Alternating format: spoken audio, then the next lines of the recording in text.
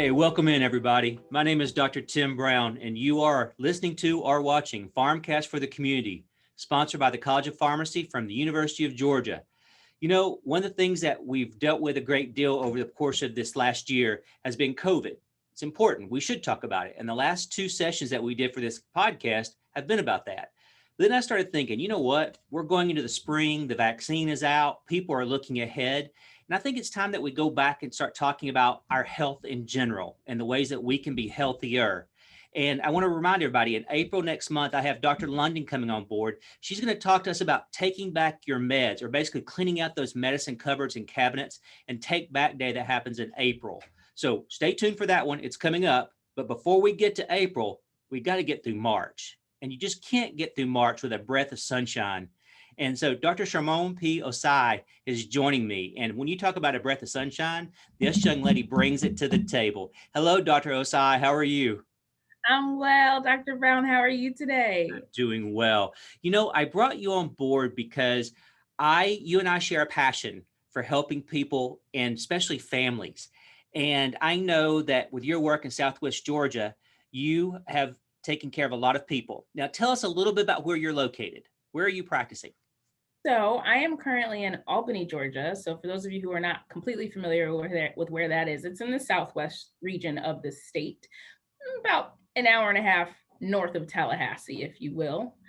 So I practice here at a family medicine clinic called Phoebe Family Care Center.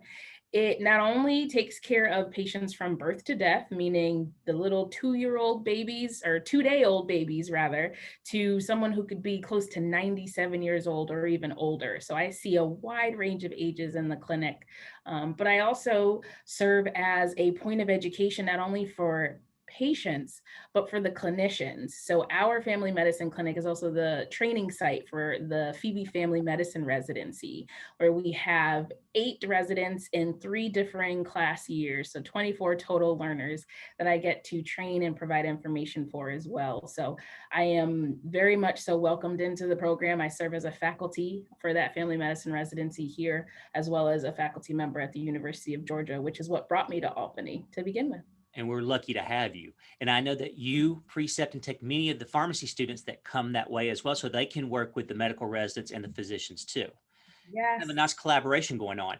But you mentioned you see a wide variety of patients. I think as a reminder for our community, what does that mean for a pharmacist working in family medicine? You are a primary care pharmacist. Correct. Yeah. So though I see, do counseling and do things for the physicians that they ask me for, I also have my own panel. And so what that means, for those of you who may not have ever heard of a pharmacist practicing in this setting, is that I've applied through the Georgia State Board of Pharmacy for what's called collaborative drug therapy management. A collaborative drug therapy management license. And what that allows me to do is, based off of the protocols that I write with my physicians, in my case, I take care of patients who have diabetes as well as patients who are interested in smoking. I can see these patients and have the physician sign off on the care that I give. So patients come to me, we discuss, in the case of diabetes patients, their blood sugars, what they've been eating, what their exercise has looked like, and I can make adjustments, initiate or even discontinue therapy as needed to help those patients reach their health goals. In the case of my patients with smoking cessation, they tell me they're ready to quit. We make a plan, we get them the therapies that they need, and then I follow them at whatever intervals they find helpful to help them succeed in quitting smoking. That's great. You know, we had Kay Brooks on in January, and she did a really great discussion about stopping smoking and how pharmacists are playing a huge role in that. And here you are, so the community can hear this, of a pharmacist in Albany who's doing this every day. Now, you talked about working with physicians. Really, it's a collaboration. I mean, I know that you're talking about they sign off your note, but it really is a two-way street where you guys work hand in hand, kind of building on each other to give good care. Is that a great description?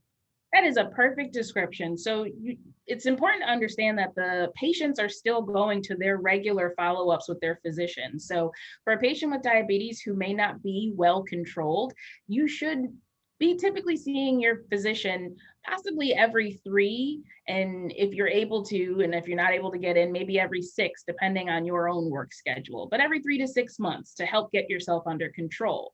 And the role that I play is I help those physicians with seeing those patients maybe a little bit sooner. 3 months is a long time to continually follow someone's instructions. And so where I come in is a month later, hey, how's it going? What do your blood sugars look like? Maybe we can make an adjustment.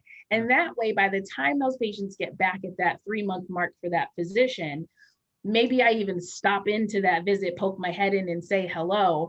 But they have had a better trajectory in terms of sticking with some of those goals than if they wouldn't have talked to anyone for that 3-month period. So it very much is working together to really help those patients achieve those goals. Most oftentimes, I will curbside consult the physician if they're in the building, or even shoot them a HIPAA compliant message to see if they're on board with what it is that I'm planning on moving forward with, even though they've given me the ability to sign off, because again, it's all about working together. Communication. So, yeah. I really like the idea of you guys sort of tag teaming, seeing the patient. So it's not necessarily one person all the time. They get a mixture of folks, number one, but number two, they get double the care. They get 2 folks helping them with their diabetes. You've brought up diabetes several times. You talk about the fact that's a large part of your practice. So tell me a little bit about the types of patients that you take care of. Who are they? What do they, look like? Where they all live in Albany? How is that for your panel? So it is a wide range of individuals. I have individuals aged from their early 20s up until, I believe my oldest patient is about 72. And so it's a wide range of ages. In terms of the type of people who come to see me, I have just about every race and ethnicity that you can think of. And so again, it predominates in the Albany area because that's where we're located. But there are people who live as far out as Warner Robins who choose to still take their care here at Phoebe Family Care Center for whatever reason, whom I converse with over the phone or via telehealth. And so it doesn't mean that they need to live in this immediate area to get the care that I deliver. So you have your African Americans, you have your Latinx community whom I see. I can't think of anyone whom I haven't actually spoken to about diabetes to help them improve their care. Basically, as a pharmacist, you get to see everybody and anybody. Everybody and anybody. Now, the reason I say this because a lot of people go, "Oh, pharmacist, she's going to see those people that have like a long list of meds," but you see people who just need your help, right? Yes. I mean, helping them control their diabetes. Yeah. So I will say that my collaborative drug therapy management protocol that we put together based off of the learning environment in the clinic does have me serving the faculty physicians so that the resident physicians can continue their education. For training. Yeah. Training. However, that still gives me, your person who just got newly diagnosed and is kind of like deer in headlights, oh my gosh, what do I have to do next?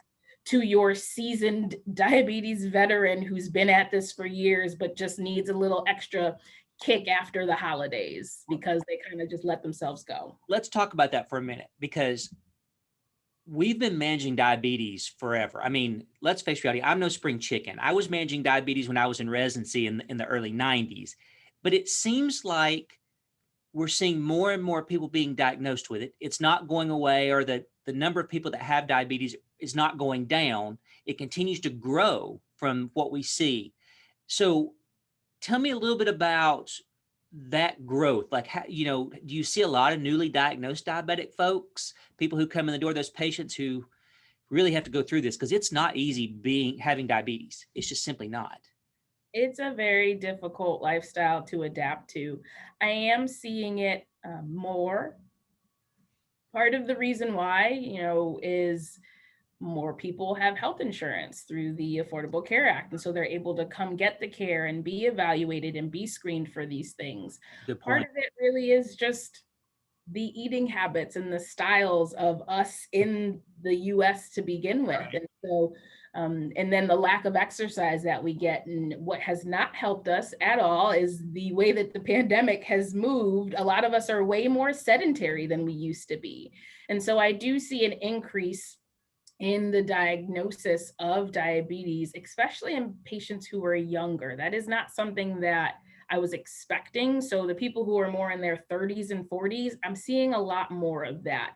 And I mean, severe diabetes with blood sugars that are very, very high, and that could be very, very damaging. And so it's important that everyone understand that the concerns of not exercising. I mean, getting up and doing anything is great, but meeting those 150 minutes of exercise in a week, that rigorous exercise, is really important. But just understanding how dangerous having diabetes can be, because one, it's not easy to control. It takes big lifestyle changes, but two, it can have really big impacts on your health in a very negative way if it's not controlled. Well, and I have to admit, one of the things that I dealt with when I was in practice was you would tell folks, listen, you have diabetes, and like, I'm not taking the needle. I'm not doing it. And we've come a long way. I mean, when I say we, collectively, the medical world has come a long way. Tim Brown didn't discover these drugs, but, we've come a long way. Tell me a little bit about some of the drugs that you see. I think metformin is the one a lot of people may be familiar with because it's really the first pill that we had that controlled diabetes and continues to this day to be cheap, work well. And I think a lot of people are on it in some way or another, extended release form, whatever. Are you still seeing a lot of metformin being used in practice?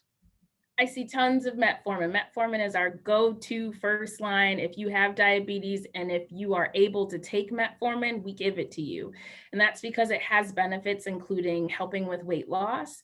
There has even been, it's even identified to help with reducing your risk of possibly having a heart attack or a stroke in the future.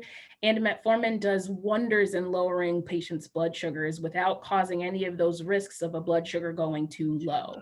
And so we love metformin. As long as a patient can take it and they can tolerate it, we love it. Yeah, because those tummy upsets can be difficult first starting out. I know, but I would say metformin kind of started this trend of having oral medications or pills that help control sugar.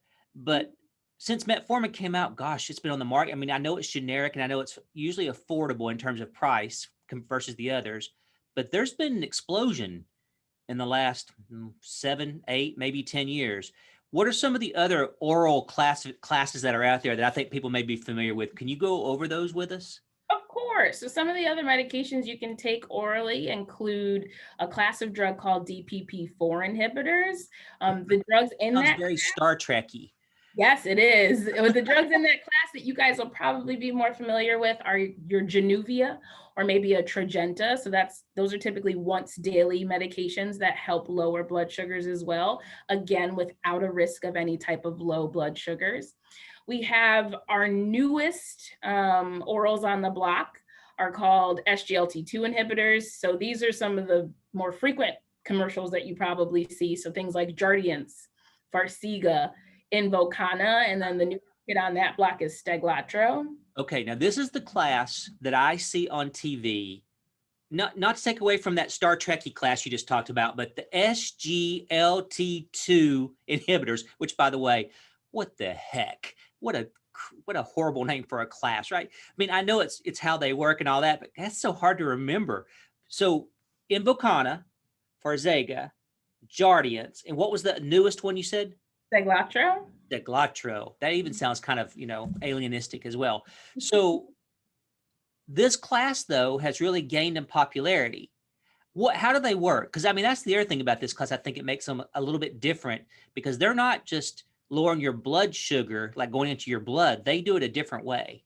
They do. So a lot of the other drugs, just for background, work on maybe your liver or work on making your body more sensitive to insulin, right? But this drug is completely different, completely changed the game, and it works in your kidney. So you know that little organ that helps you get rid of, fluids and helps you get to the point where you can pee. It's working in your kidney to make your kidney say, "Hey, body, get rid of some of this sugar." And so it helps your body filter the sugar out of your kidney so that it doesn't go back into your blood where it can cause issues. So these drugs make me pee my sugar out. Yes, it does. Man, what a difference. Because remember, we used to check people's pee to make sure there was no sugar in it because that told us it was a bad idea. You're telling me now that we are promoting sugar in the pee. Yeah, and I mean, one thing to understand is that when we were checking sugars to see if it was in the pee, it was because there was so much sugar in your blood that it was spilling over into your I urine, which is a see. really That's a bad. bad idea. Okay. Okay. But we have now found a mechanism to say, hey, let's get more of this sugar out of your body rather than being reabsorbed back into your body. So that's how we're getting rid of it. We're So getting this rid is of a it. more controlled way for your Mhm. urine to take sugar out of your body without it being a bad thing. Correct. So again, Invokana, Jardiance, Sglt2, did I say that correctly? Yes, And sir. Farzega. Mhm. They came on the market and there was some discussion about the good and the bad with these, right? So I'm going to start off, we'll just get out of the way. What was the bad stuff that could happen with these products? Like things that we have to tell folks to watch out for if they're on it. So one of the biggest things are what we call genital urinary infections, but in layman's terms, that just means yeast infections or UTIs. Everybody has probably had one in their lifetime. Nobody likes them. So because of this increase of sugar in an area that's typically warm, I mean, everybody's area down there is pretty warm and moist, it increased the risk and the chance of bacteria growing, which could lead to some of those more uncomfortable So infections. UTIs, so having a urinary tract infection Mhm. and a yeast infection, which we hear a lot of times happens more so with women. Mhm. So if you have a long history of those, you need to have a pretty good discussion with your provider if this is a good class for you. Yep, But very, very. if you have one every now and then, this It can still class, work. It can okay, still work. If it's yeah, just an occasional thing, these drugs can still work for you as long. I mean, it's part of personal hygiene. Though they are warm areas, everyone knows how to keep that area, dry and cool if they can. right. Granted, we are in Southwest Georgia, so it stays hot and gets hot most of the year. But everyone across the country can still use these medications and be very successful with limited infections associated. Yeah, just know to watch out for them so that way they can call up if they need to and get Mhm. treated or managed. So, okay, that's the bad. I mean, obviously, those aren't the best things in the world, but that's counterbalanced a little bit because there's some data that's rocking out on this class. And that's the reason I wanted to bring you on. I mean, let's be fair here. I'm driving us down this path because I really want you to talk a bit about how these drugs have changed the way you manage people with diabetes. Yeah. So, one of the biggest things that we've identified with these medications is that they can help decrease a patient's risk of having some things that are associated with your heart and your heart health.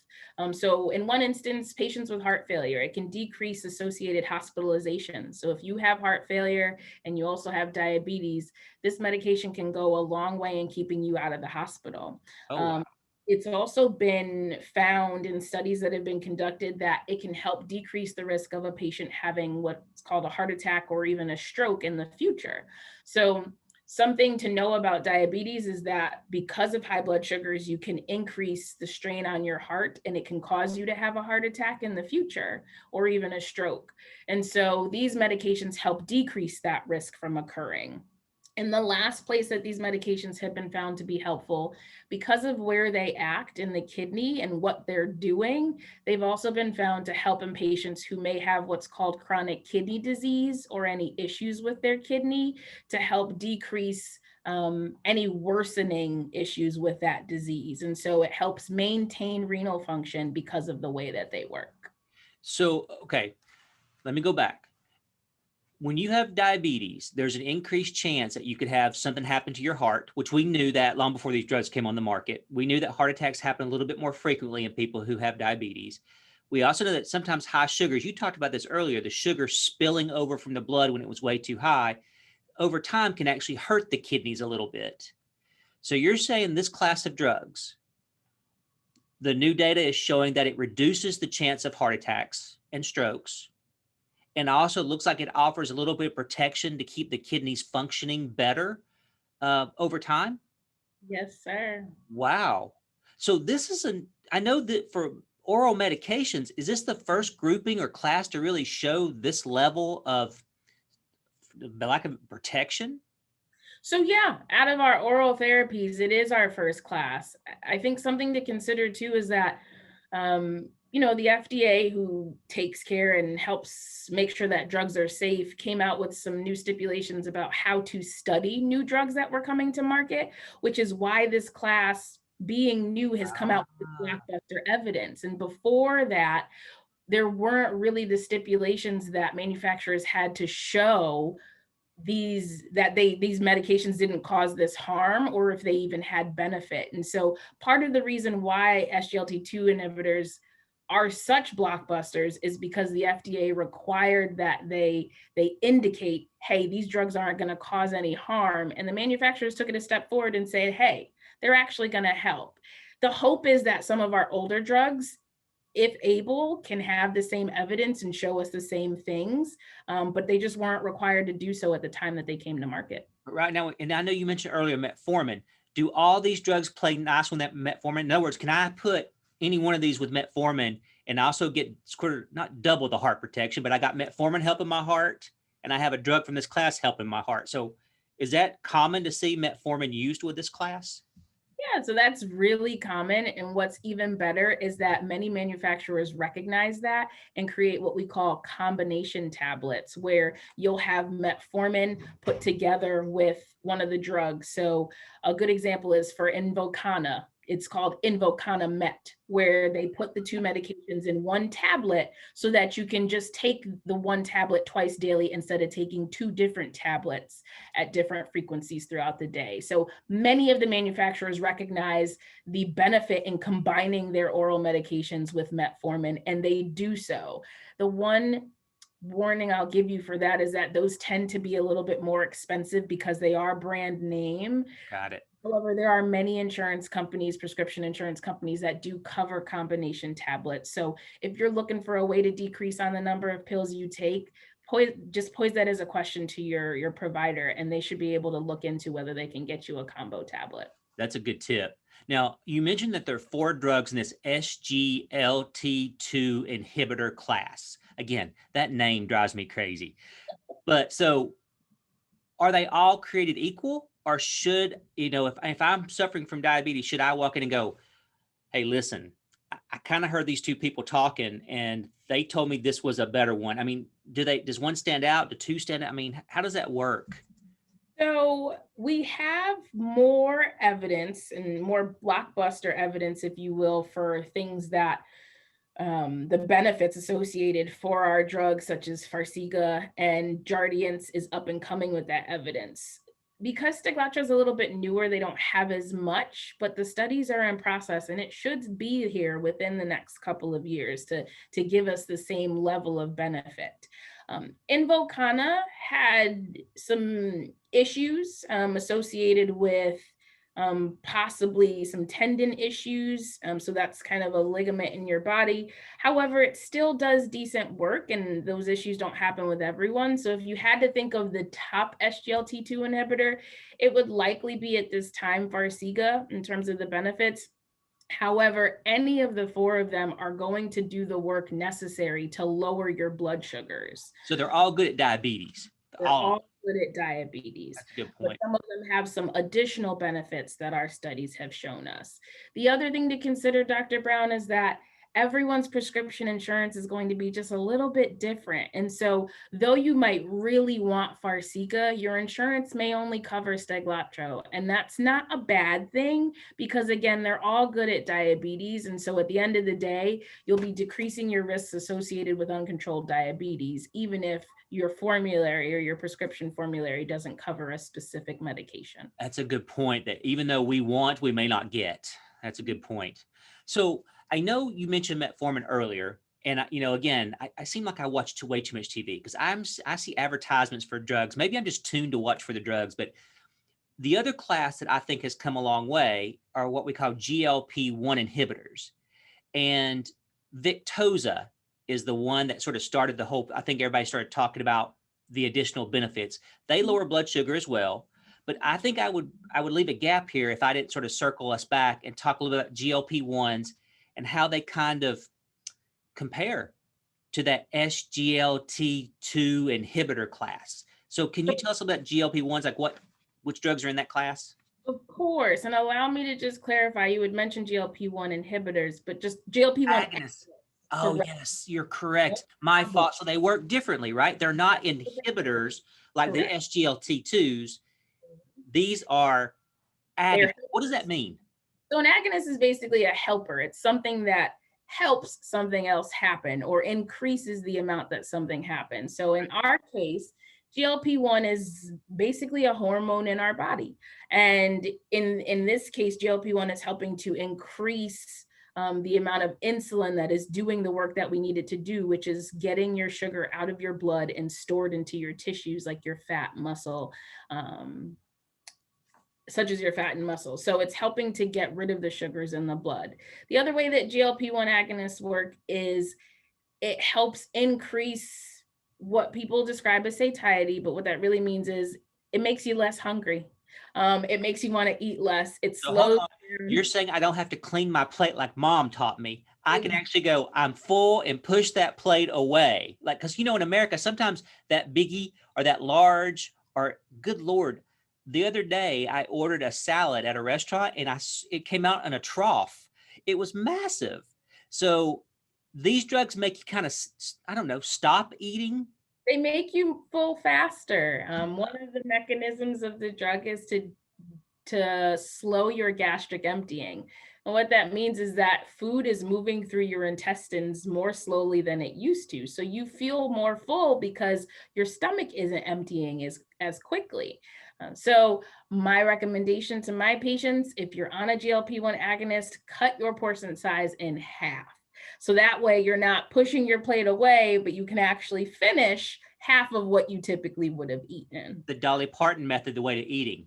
She eats whatever she wants, just smaller servings. See, I'm Renaissance, man. I can do drugs, country music, but that's actually a really great tip. So you tell folks, hey, listen, just sort of cut back on your portions, but that must lead to some weight loss then if we're taking less food in. Is that true? And so one of the benefits of GLP-1 agonists, besides seeing some of the cardiovascular benefits that we saw with our SGLT2s, is weight loss. That's one of the big ones. And that's why in this drug class, there was even a medication made that was specifically approved for treating obesity and helping with weight loss. So, okay. So SGLT2s help with heart, which we've talked about. You just mentioned GLP-1s also help with heart. So, but now these are mostly injectables, right? They are. So the biggest thing about this class of drugs is that when they were developed, they were really bad. They were not absorbed very well from your body when you took them orally. So it required the manufacturers to say, how are we going to get this into a person? Oh, let's do it via an injection. So it's a subcutaneous injection, very similar to what you would give yourself if you were taking insulin.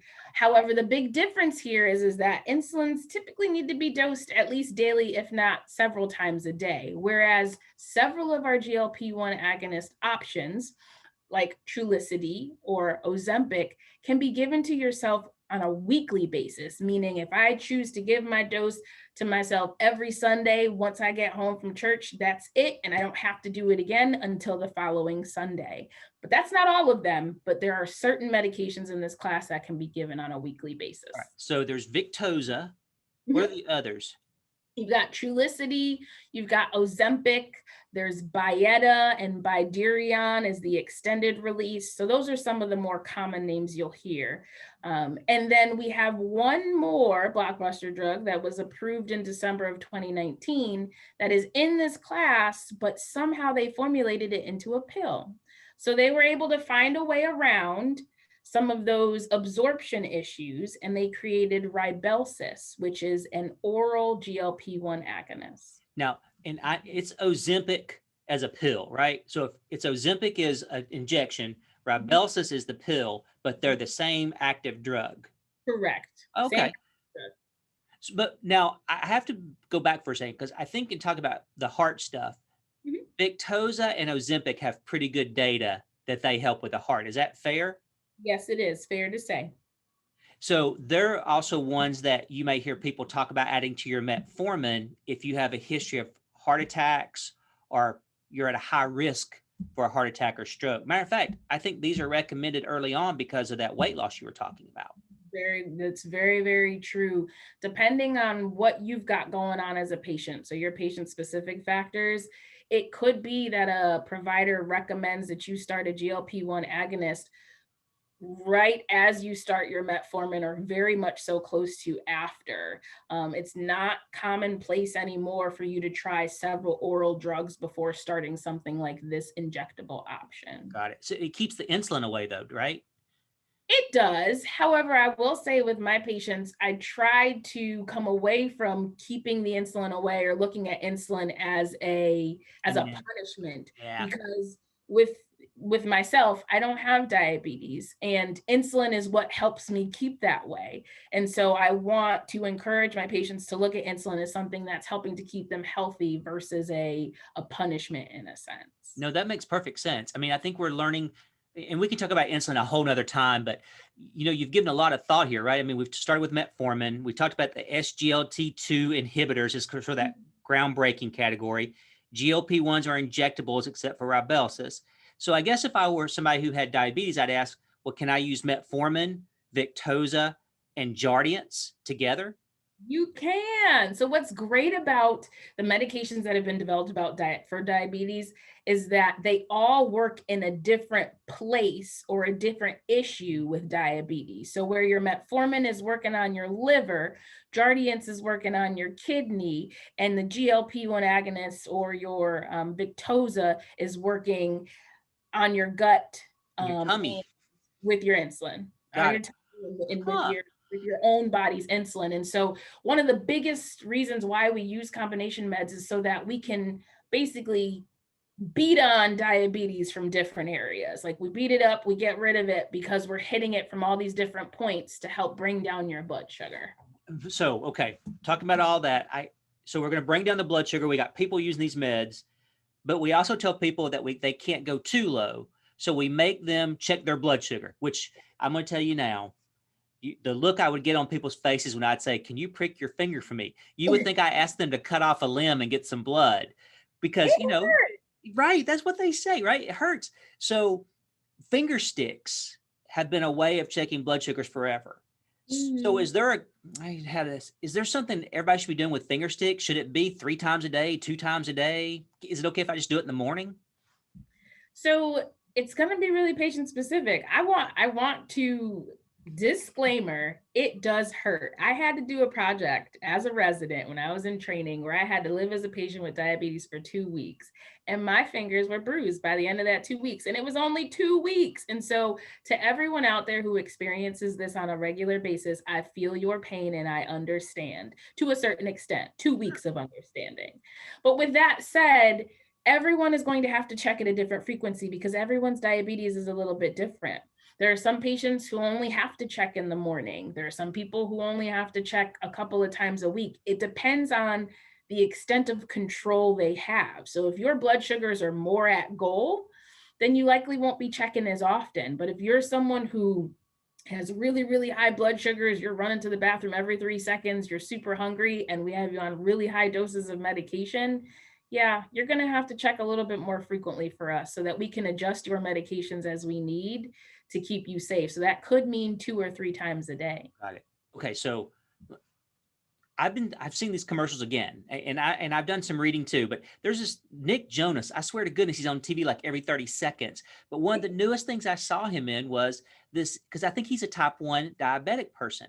Yes. I think he's talking about something called Dexcom 6, which he says takes away all finger sticks. I think BB King did a commercial with no finger sticks, and they were doing various things. I've seen some advertisements here or there where we're getting to the point where we can check a blood sugar, but we don't have to do a finger stick. Is that Correct. okay? True. So those devices are called CGMs for short. The long version is a continuous glucose monitor, and it's a device. And I do believe, I know I saw it during the Super Bowl, the commercial with Nick Jonas you're talking about. And I think he might have showed his device, if I'm not mistaken, on the commercial. I think he did. Yeah, it wasn't big at all. Yeah, in retrospect, looking at the commercial, it did not look like a large piece of machinery. Right, so it's a little device that patients wear on their abdomen area, and it helps read the blood sugar throughout the day. There's a little sensor in there that reads the blood sugar throughout the day. You wear the device. Most devices can be worn continuously for 10 days before you have to switch it out to another one. But these devices help to monitor your blood sugar throughout the day without having to do the same amount of finger sticks as you had before. I will just give a little bit of a disclaimer that sometimes, even when a patient is wearing a continuous glucose monitor, they may have to check their finger via their old school finger stick once or twice, but it's so much less than if they weren't wearing the device at all.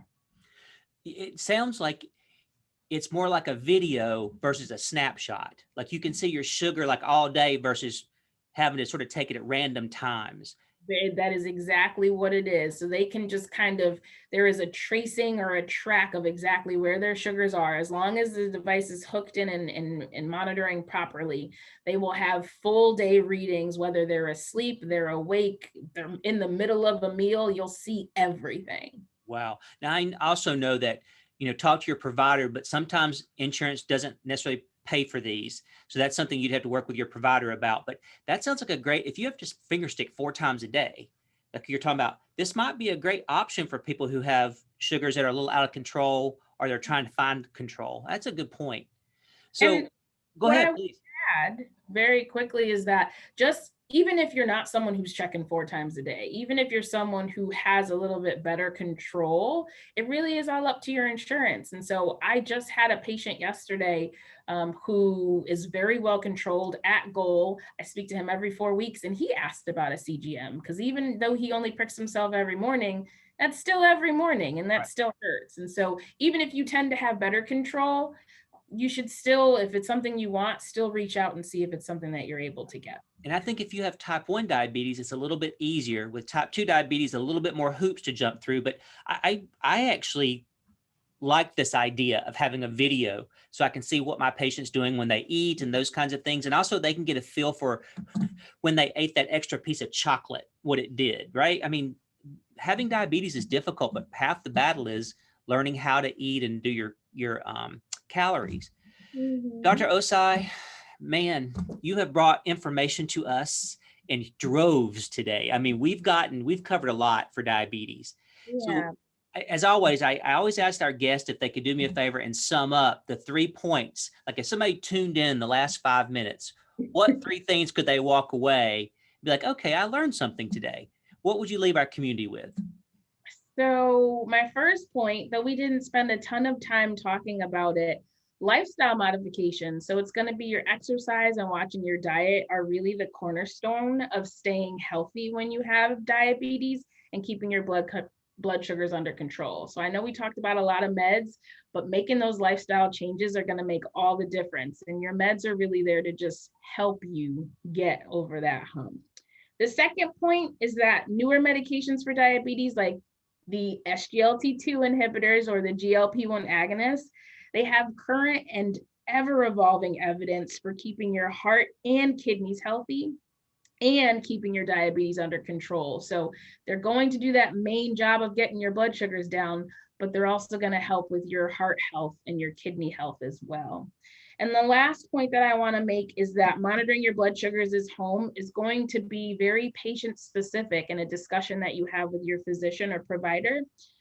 It's really important to make sure that it's a regimen that's tailored to fit for you. So maybe you can't check your blood sugars every day, and that's okay. But as long as you get your provider the information you need to work with, that's all that matters so that they can help keep you as healthy as possible. Dr. Sharmon P. Osae, family medicine pharmacist in Albany, also one of our faculty members here at UGA College of Pharmacy and someone we are so proud of. She has brought us a great deal of information. And what I think I love about your message at the end was taking care of your diabetes is all individualized care. It's about you and your plan and working with a pharmacist and a physician to sort of figure out what's going on. And I don't know, it just feels like we've come a long way for diabetes management, that it's no longer one size fits all. It's not. Oh, thank you, thank you, thank you for joining us. Thank you for having me, Dr. Brown. This has really been fun. I hope everyone learned something or got a new piece of information that they can take to keep themselves healthier. Thank you, thank you. And before I let anyone go, I want to remind you in April, once again, we have Dr. Ashley London coming on board. In April, it's called National Take Back Day or Take Back Your Medicine Day. So if you're trying to clean up those medicine cupboards, trying to get things out of the house, you're like, what do I do with these medications? Then this is a great time to listen in to PharmCast for the community in April. Dr. London will be addressing all those things and how we handle it here in Georgia. Until then, thank you guys for joining us. My name is Dr. Tim Brown. You've been watching PharmCast for the community. As I've always mentioned before, it's sponsored by the University of Georgia's College of Pharmacy, and we're so grateful they're able to give us this space and time so we can talk to other pharmacists about what we're doing in our community. And Dr. Osae, thank you so much for everything you do for your patients. Thank you. Thank you, everyone. Have a great time and stay healthy.